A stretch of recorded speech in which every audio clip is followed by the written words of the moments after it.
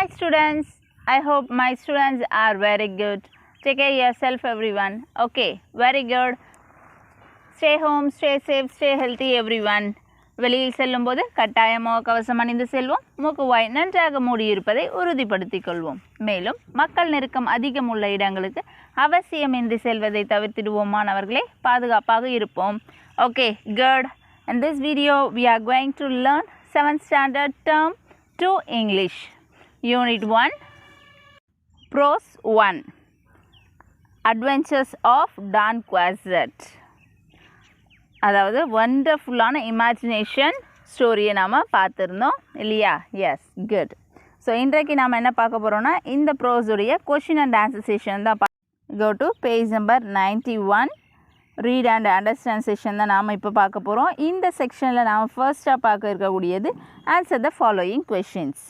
இந்த டாப்பிக்கில் நமக்கு 7 கொஷின்ஸ் கொடுத்துருக்காங்க. ஸோ ஃபர்ஸ்ட் கொஷின் போகலாமா? வாங்க. Question number 1, what kinds of books did Don Quixote like to read? What were those books like? Don Quixote liked to read about courageous knights and the incredible adventures they had. Those books were exciting adventures and romances. Once again, question number 1. What kinds of books did Don Quixote like to read? What were those books like? Don Quixote liked to read about courageous knights and the incredible adventures they had. Those books were exciting adventures and romances. Okay, next question number 2. What effect do the things Don Quixote reads have on him? Don Quixote was so absorbed in these stories that he hardly remembered to eat or sleep. Once again, question number 2. What effect do the things Don Quixote reads have on him? Don Quixote was so absorbed in these stories that he hardly remembered to eat or sleep. Okay, next question number 3. Why didn't Don Quixote believe Sancho Panza when Sancho told him the augurs were actually windmills? Don Quixote imagines himself placed in the world of knights, so he didn't believe Sancho Panza's actual reality. Once again, question number 3. Why didn't Don Quixote believe Sancho Panza when Sancho told him augurs were actually windmills? Don Quixote imagines himself placed in the world of knights, so he didn't believe Sancho Panza's actual reality. Okay, good. Next question number 4. Why do you think Sancho continued to journey on with Don Quixote after the windmill incident? I think Sancho continued his journey with Don Quixote after the windmill incident because Sancho to think to show his humanity. Once again, question number 4. Why do you think Sancho continued to journey on with Don Quixote after the windmill incident? I think Sancho continued his journey with Don Quixote after the windmill incident because Sancho to think to show his humanity. Okay, good. Next question number 5. When Don Quixote sees the cloud of dust on the plain in the distance, what does he think causes it? Don Quixote told Sancho that there was undoubtedly a prodigious army marching in the direction. Once again, question number 5. When Don Quixote sees the cloud of dust on the plain in the distance, what does he think causes it? Don Quixote told Sancho that there was undoubtedly a prodigious army marching in the direction. Okay, next question number 6. Sancho sees 2 clouds of dust, leading him to conclude that there are 2 armies. What does Don Quixote think will happen next? Don Quixote thinks the neighing of steeds, the sound of trumpets and the rattling of drums would lead a battle between the 2 armies. Once again, question number 6. Sancho sees two clouds of dust leading him to conclude that there are two armies. What does Don Quixote think will happen next? Don Quixote thinks the neighing of steeds, the sound of trumpets and the rattling of drums would lead a battle between the two armies. Okay, next we go to question number 7. What is the reaction of the shepherds when they see that Don Quixote is attacking their sheep? When the shepherds saw that Don Quixote was attacking their sheep, they were pelting stones that soon he wounded and fell down to the ground. Once again, question number 7. What is the reaction of the shepherds when they see that Don Quixote is attacking their sheep? When the shepherds saw that Don Quixote was attacking their sheep, they were pelting stones that soon he wounded and fell down to the ground. Okay, very good students. நம்ம இப்போ read and understandல answer the following questions 7 questionஸ்க்கும் answer write பண்ணியிருக்கோம். நீங்கள் உங்களுடைய note புத்தகத்தில் தவறாமல் write பண்ணிக்கோங்க. Okay, good. Next we go to think and do session. So இந்த செஷனில் நமக்கு 2 ப்ராஜெக்ட்ஸ் போன்ற கேள்விகள் இருக்குது. இது என்னன்னு பார்க்கலாம். முதலாவதாக 1. Most people associate windmills with Holland rather than Spain. Use the encyclopedia and any other sources. You might have to find out more about windmills and the traditional and modern uses. Then make a model of a windmill to display with the results of your research. So இதுதான் நமக்கு கொடுக்கப்பட்டிருக்கக்கூடிய first project. அதாவது இந்த ப்ராஜெக்டில் நமக்கு என்ன கொடுத்துருக்காங்க அப்படின்னு பார்த்தோன்னா, பெரும்பாலான மக்கள் வந்து ஸ்பெயினை விட ஆலந்துடன் தான் காற்றாலைகளை தொடர்பு படுத்துகிறாங்க. காற்றாலைகளை மற்றும் அவருடைய பாரம்பரிய மற்றும் நவீன பயன்பாடுகள், அதாவது ட்ரெடிஷ்னல் அண்ட் மாடர்ன் யூசஸ், அதை பற்றி நீங்கள் கலைக்களஞ்சியம் என்சைக்ளோபீடியா அல்லது வேறு எந்த ஆதாரங்களோடு பயன்படுத்தி அதை வந்து விவாதிக்கணும். அதோட நீங்கள் உங்கள் ஆராய்ச்சியுடைய முடிவுகளை எவ்வாறு சொல்லணும் அப்படின்னு பார்த்தோன்னா, ஒரு காற்றாலை விண்மில் மாடலை நீங்கள் உருவாக்கணும். அந்த மாதிரியை பயன்படுத்தி நீங்கள் இந்த எக்ஸ்ப்ளனேஷன்ஸை சொல்லணும். ஹாலந்தில் காற்றாலைகள் எவ்வாறு பயன்படுத்தப்படுகிறது அப்படிங்கிறத சொல்லணும். ஸோ ஸ்டூடெண்ட்ஸ் என்ன பண்ணுறீங்கன்னா, ஒரு விண்மில்லோட மாடல் ரெடி பண்ணுங்கள். விண்மில் தெரியும் இல்லையா, காற்றாலை, அதாவது மிகப்பெரிய மலைகளின் மேலே, அதன் பிறகு கடற்கரையிலலாம் இந்த காற்றாலைகள் அந்த காற்றின் வேகத்தை பயன்படுத்தி மின்சாரத்தை உருவாக்குவதற்காக அனைத்து உலக நாடுகளிலுமே பயன்படுத்தப்பட்டு கொண்டிருக்கிறது இல்லையா. ஆமாம், இது வந்து நமக்கு என்ன சொல்கிறாங்கன்னா, ஸ்பெயினை விட இது வந்து ஹாலந்தில் தான் வந்து அதிக அளவு பயன்படுத்தப்படுகிறது அப்படின்னு சொல்கிறாங்க. ஏன் அப்படி சொல்கிறாங்க அப்படிங்கிறத பார்த்தோன்னா, ஹாலந்தில் வந்து காற்றாலை எவ்வாறு இருக்குன்னா, வரலாற்று ரீதியாக பழங்காலம் தொட்டே அது பயன்பாட்டுக்கு வந்திருக்கு. ஏன்னா இந்த காற்றாலைகள் பல நோக்கங்களுக்காக சேவை செய்தன. அதில் முக்கியமானது என்னென்னா, ஹாலந்து நாடு எப்படிப்பட்டதுன்னா, கடல் மட்டத்தை விட சற்று கீழாக இருக்கக்கூடிய பகுதி. அதனால் இது தாழ்நிலங்களிலிருந்து தண்ணீரை வெளியேற்றுறதுக்கு பயன்படுத்தப்படுகிறது. அதோட நிலத்தை விவசாயம் செய்யும் வகையில் குளங்களுக்கும் ஏரிகளுக்கும் தண்ணீரை செலுத்துவதற்கும் இந்த காற்றாலையை பயன்படுத்துகிறாங்க. அது மட்டும் இல்லாமல் இது எப்போலேருந்து பயன்படுத்துகிறாங்கன்னா, 14ஆம் நூற்றாண்டுலேருந்தே பயன்படுத்திகிட்டு இருக்காங்க. அப்போது என்ன பண்ணாங்க அப்படின்னு பார்த்தோன்னா, சதுப்பு நிலங்களை வடிகட்டுவதற்கு ஸ்கூப் போன்ற சக்கரங்களை ஒட்டுவதற்கும் இந்த காற்றாலைகள் ஹாலோ ஃபோர்ஸ் மில்ஸ் பயன்படுத்தப்பட்டது. அதன் பிறகு ஆம்ஸ்டர்டாமில் அப்படிங்கிற மெலன்டி வாட்டர் காற்றாலை மூலம் இயங்கும் ஒரு அறுக்கும் ஆலை இயங்குவதை நாம் பார்க்கலாம். இது வந்து எப்போலிருந்துன்னா 2250 ஆண்டுகளுக்கு முன்னதாகவே இந்த பழமையான காற்றாலை பூங்கா இங்கே ஹாலந்தில் திறந்தவெளி அருங்காட்சியகமாக இன்றைக்கும் இருந்து கொண்டிருக்கிறது. மாணவர்களே, உலகின் மிகப்பெரிய 5 காற்றாலைகள் ஸ்கீடாமின் மையத்தில் அமைந்துள்ளது. இந்த ஸ்கீடாமின் அப்படிங்கிறது ஹாலந்தில் இருக்கக்கூடிய அருங்காட்சியகம்னு பார்த்தோம் இல்லையா. எஸ், ஓகேவா. ஸோ இந்த காற்றாலைகள் பார்க்கறதுக்கு ரொம்ப பிரபலமான இடங்களில் ஹாலந்தும் ஒன்று. கிண்டர் டிஸ்ட்ரிக்ட் காற்றாலை பார்ப்பதற்கு மிகவும் பிரபலமான இடங்களில் ஒன்று. அதன் 19 காற்றாலைகள், கிட்டத்தட்ட அனைத்து காற்றாலைகளுமே கிராண்ட் சீலர்கள், எனப்படும் இந்த காற்றாலைகள் யுனெஸ்கோ உலக பாரம்பரிய பட்டியலையும் இடம்பெற்றிருக்கு மாணவர்களே. இவ்வாறாக நீங்கள் விண்மில் மாடல் செஞ்சுட்டு இது போல் ஹாலந்து நாட்டில் காற்றாலைகள் விண்மில்கள் எவ்வாறு ட்ரெடிஷ்னலாகவும் மாடர்னாகவும் பயன்படுத்தப்பட்டு கொண்டு வருகிறது என்பதை எக்ஸ்பிளைன் பண்ணணும். This is the first project.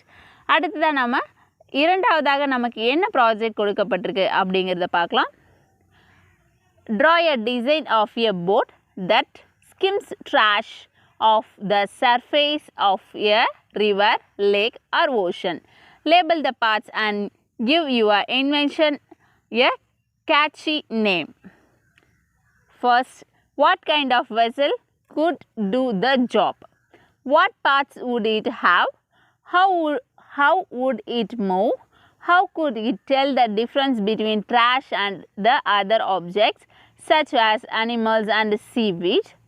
How would it store the dump the trash? Could your machine double as a beach sweeper shifting trash from sand? Okay, so இதான் வந்து இரண்டாவதாக கொடுக்கப்பட்டிருக்கக்கூடிய ப்ராஜெக்ட். இங்கே என்ன சொல்கிறாங்கன்னா, ஒரு போட்டை நீங்கள் டிசைன் பண்ணி வரையணும்.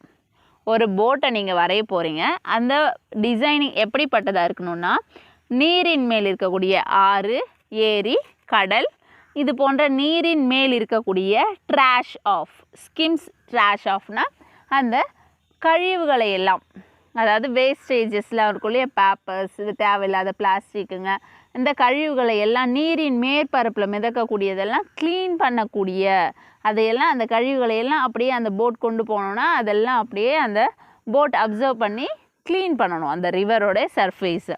ஓகேவா? ஸோ அது போல் நீங்கள் ஒரு படகு வரையுங்க.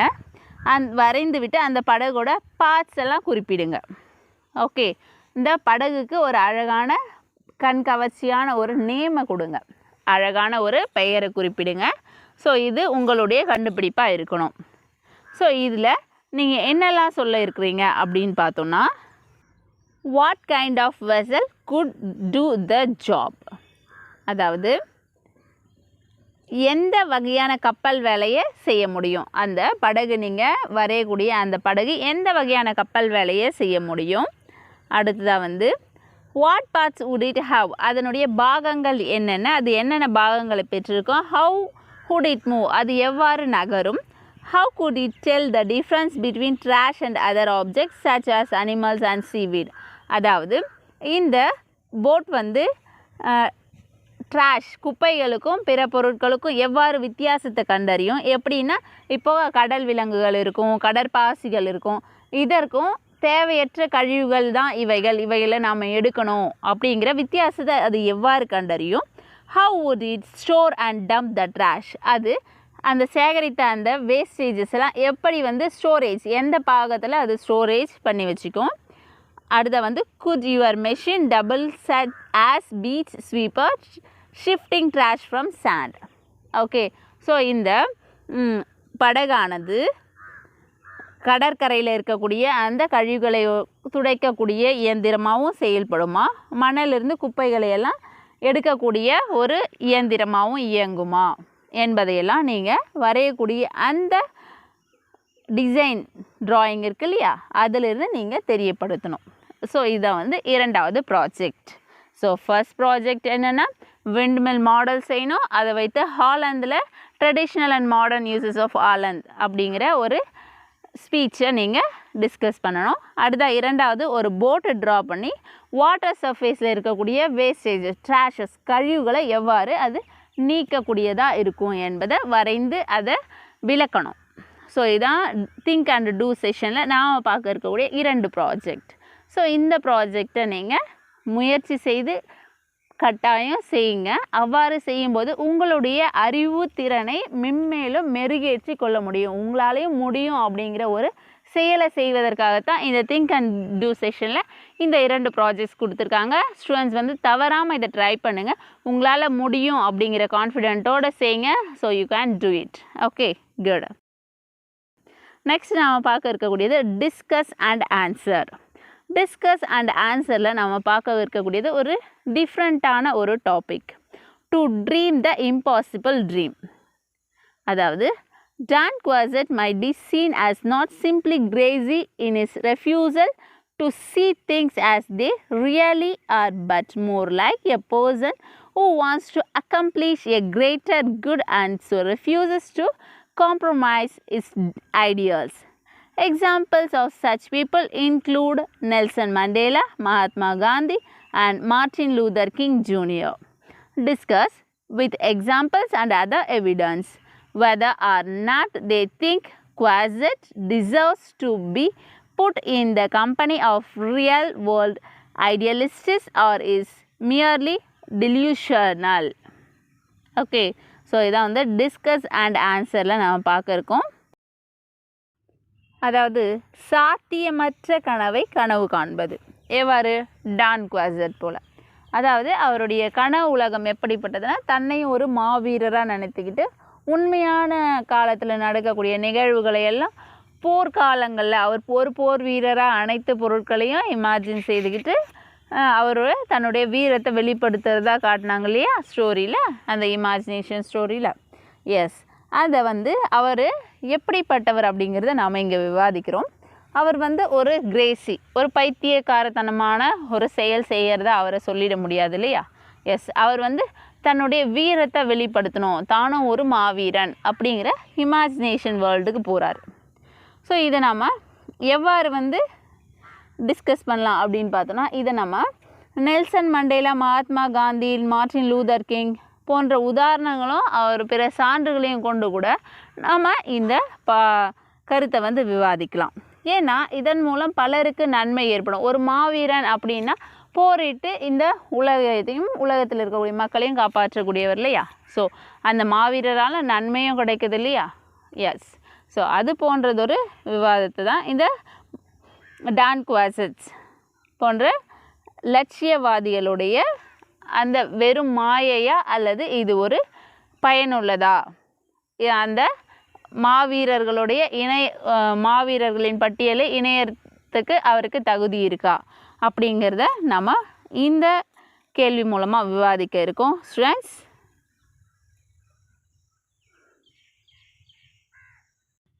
அதாவது Dan Quassett is a delusional romantic who has read too many chivalric adventures. He assumes being a knight in the story and with a transforming power of illusion makes monsters out of windmills and court subjects out of ordinary people. This implies that the character of Dan Quassett adds significant value to ordinary insignificant objects and people to suit his perfect world of imagination.